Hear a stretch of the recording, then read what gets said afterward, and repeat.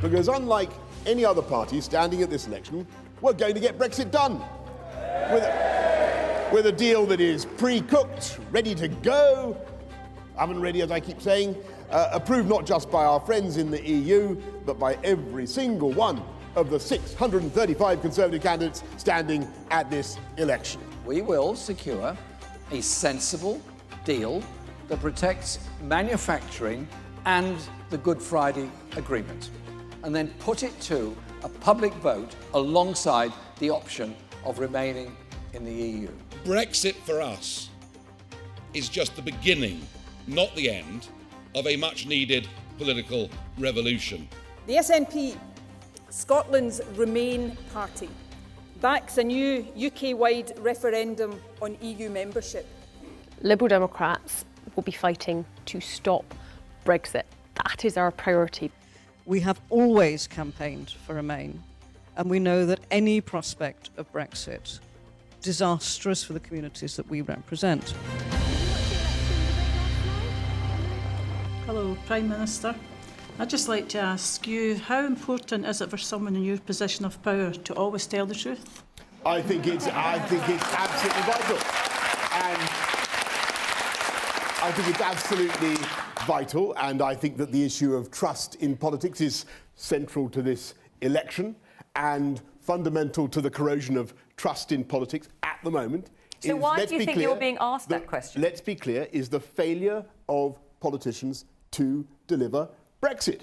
Because the people of... Yes, hang on a minute. People were told... I didn't think it was a very meaningful or kind of revealing debate at all. I think they said the things that we expected them to say. There was a lot of unanswered questions. I think it was quite disappointing.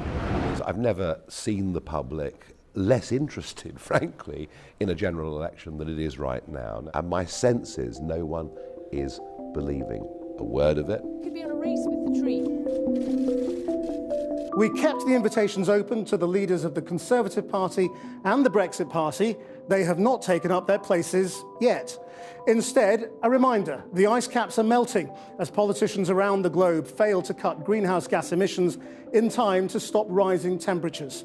I think we have to do everything we can to get to a 2030 net zero emissions target, and we do that by investment in green energy jobs, solar, wind and wave power, and we do that by creating jobs in transforming our energy consumption by retrofitting homes to make them environmentally sustainable. We need to have strict legal targets and a Nature Act where we have very clear legally binding targets. We need to be able to enforce them. We'd have a new Office of Environmental Protection, and we need to invest. And we should be agreeing that Scotland, the UK, should be leading the world, and then we should be putting pressure on other countries. The question now is how we share out the flights that we can take more fairly, and that does mean targeting those 15% of people who take 70% of all flights. I say, let's go carbon neutral by 2050 and Corbyn neutral by Christmas. Let's go.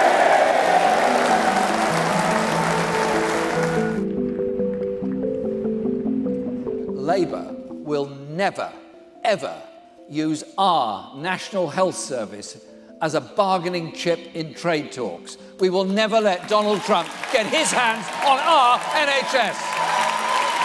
This is an absolute invention. It is completely untrue. There are no circumstances whatever in which this government or any Conservative government will put the NHS on the table in any trade negotiation. Our NHS will never be for sale. Mr. Corbyn is trying to conceal the void at the heart of his Brexit policy and refusing to answer the question of which side he would take. Because the public have a right to know. Thank you, Mr. Corbyn. Just very briefly, I've made the position clear.